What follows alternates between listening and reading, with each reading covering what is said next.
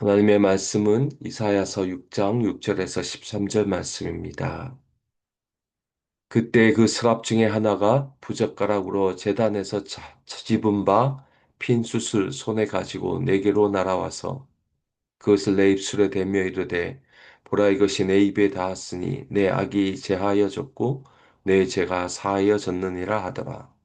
내가 또 주의 목소리를 들으니 주께서 이르시되 내가 누구를 보내며 누가 우리를 위하여 갈고 하시니 그때 내가 이르되 내가 여기 있나이다 나를 보내소서 하였더니 여호와께서 이르시되 가서 이 백성에게 이르기를 너희가 듣기는 들어도 깨닫지 못할 것이요 보기는 보아도 알지 못하리라 하여 이 백성의 마음을 둔하게 하며 그들의 귀가 막히고 그들의 눈이 감기게 하라. 염려하건대 그들이 눈으로 보고 귀로 듣고 마음으로 깨닫고 다시 돌아와 고침을 받을까 하노라 하시기로. 내가 이르되 주여 어느 때까지이니까 하였더니 주께서 대답하시되 성읍들은 황폐하여 주민이 없으며 가옥들에는 사람이 없고 이 토지는 황폐하게 되며 여호와께서 사람들을 멀리 옮기셔서 이 땅 가운데 황폐한 곳이 많을 때까지니라. 그 중에 10분의 1이 아직 남아있을지라도 이것도 황폐하게 될 것이나 밤나무와 상수리 나무가 배임을 당하여도 그 그루터기는 남아있는 것 같이 거룩한 씨가 이 땅의 그루터기니라 하시더라. 아멘. 이사야가 하나님으로부터 소명을 받고 자신이 입술이 부정한 사람이고 부정한 백성 중에 거하면서 만군의 여호와이신 왕을 배웠기에 참으로 자신은 망하게 되었다라고 말했습니다. 어, 내가 망하게 되었다라는 이 부분은 이사야가 정말 망했다는 자신의 그 절망을 잘 드러냅니다. 그런 절망 가운데 있는 이사야에게 하나님이 자비를 베풉니다.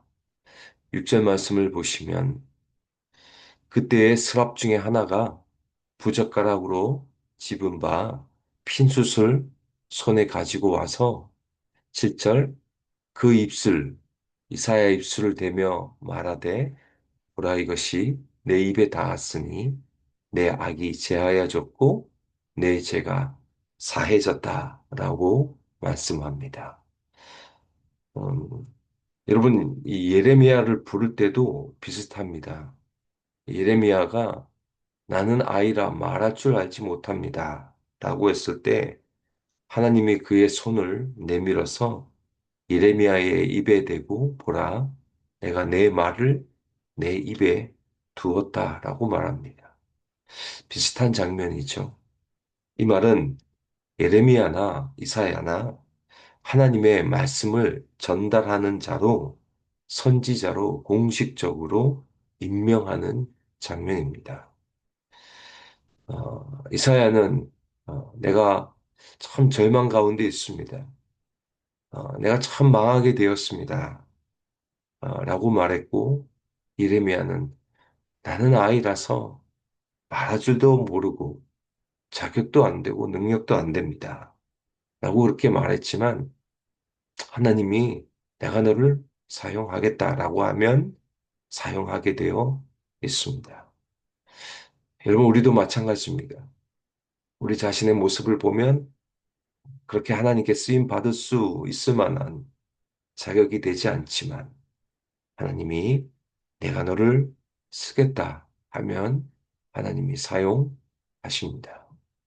내 능력, 내 자격이 아니라 하나님이 사용하시고자 하면 그 어떤 사람도 하나님이 들어 사용하시는 줄로 믿습니다. 어, 이사야의 이제 시작하지만 이사야의 사역은 그리 만만치 않았음이 분명합니다. 참 많이 힘들었지 않았나 생각이 되는데 8절 말씀을 보시면 하나님이 내가 누구를 보내며 누가 우리를 위하여 갈고 내가 여기 있나이다 나를 보내소서라고 자원합니다. 하나님이 부르시니 네, 내가 여기 있으니 나를 사용하옵소서, 나를 보내소서라고 자신 있게 이야기합니다. 그런데 9절과 10절을 보시면 저는 참 충격이었습니다. 여호와께서 이르시되 가서 이 백성에게 이르기를 너희가 듣기는 들어도 깨닫지 못할 것이요 보기는 보아도 알지 못하리라. 10절 이 백성의 마음을 둔하게 하며 그들의 귀가 막히고 그들의 눈이 감기게 하라. 염려하건대 그들의 눈으로 보고 귀로 듣고 마음으로 깨닫고 다시 돌아와 고침을 받을까 하노라 하시고 이 말은 이사야가 하나님의 메시지를 전하는데 사람들이 전혀 관심을 갖지 않는다는 것입니다. 회개하고 돌아오라 라고 이사야가 메시지를 전하지만 백성들은 더 완고해지고 회개하기는커녕 하나님께 더욱더 반항하게 된다는 것입니다. 오죽했으면 하나님이 염려한다고 말합니다. 어떤 염려일까요? 백성들이 돌아오지 않아서 염려한다. 그것이 아니라 오히려 백성들이 너의 회개의 메시지를 듣고 혹시 돌아올까 봐 나는 염려한다는 것입니다.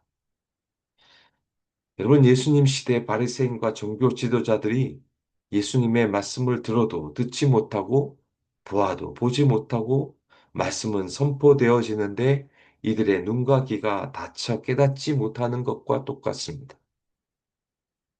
여러분 오늘날도 마찬가지입니다. 이 세상의 사람들이 눈과 귀가 닫혀 있어 참된 진리를 보지 못하고 들을 생각도 없습니다. 이런 현상이 새로운 현상이 아닙니다. 그때나 지금이나 예수님의 시대나 다 똑같습니다. 여러분, 이사야의 마음이, 이사야의 사역이 얼마나 힘들고 답답했겠습니까? 하나님의 말씀이라고 전하는데, 외치는데 전혀 돌아오지 않습니다. 하나님께 돌아오는 것이 아니라 말씀이 선포되어질 때마다 하나님과 점점점 멀어집니다. 여러분, 노아 시대도 하나님의 심판이 임한다고 그렇게 외쳤지만 세상 사람들이 돌아오지 않습니다. 홍수가 임한다고 그렇게 외쳤지만 다들 노아를 보고 이상하게 여깁니다. 그 누구도 안 듣는다는 것은 정말 위험한 현상입니다. 왜냐하면 그 누구도 하나님의 말씀에 귀를 기울이지 않고 완악해져 가고 하나님의 말씀이 그 어떤 효력을 상실할 때 하나님이 친히 들고 일어섭니다. 그래서 12절 말씀도 보십시오. 여호와께서 사람들을 멀리 옮기셔서 이 땅 가운데 황폐한 곳이 많을 때까지니이다. 즉 바벨론에 의해 남유다가 망하고 아시리아에 의해 북이스라엘이 망하게 된다는 것입니다. 여러분 노아 때와 똑같습니다. 그 아무도 하나님의 말씀에 귀를 기울이지 않을 때 하나님이 직접 들고 일어섭니다. 그것이 노아의 홍수이고 그것이 바로 남방, 북방 나라가 망하는 모습입니다. 여러분 오늘날도 마찬가지입니다. 정말 그 누구도 더 이상 하나님의 말씀에 귀를 닫을 때, 세상이 하나님의 말씀을 버릴 때, 그때 하나님이 친히 들고 일어서는 것이 그것이 하나님의 심판이라는 것입니다. 여러분 13절 상반절 말씀을 보십시오. 충격입니다. 그 중에 10분의 1이 아직 남아 있을지라도 이것도 황폐하게 될 것이다. 여러분 마지노선이 10%입니다. 10%가 남아 있다고 할지라도 10%의 거룩한 백성이 있다 할지라도 하나님의 심판을 피할 수 없음을 말해주고 있습니다. 우리는 심각하게 이 말씀을 봐야 합니다. 마치 산에 산불이 나서 모두가 태워질 것이라는 것입니다. 10%가 있다 해도 하나님이 심판할 것이라고 말합니다.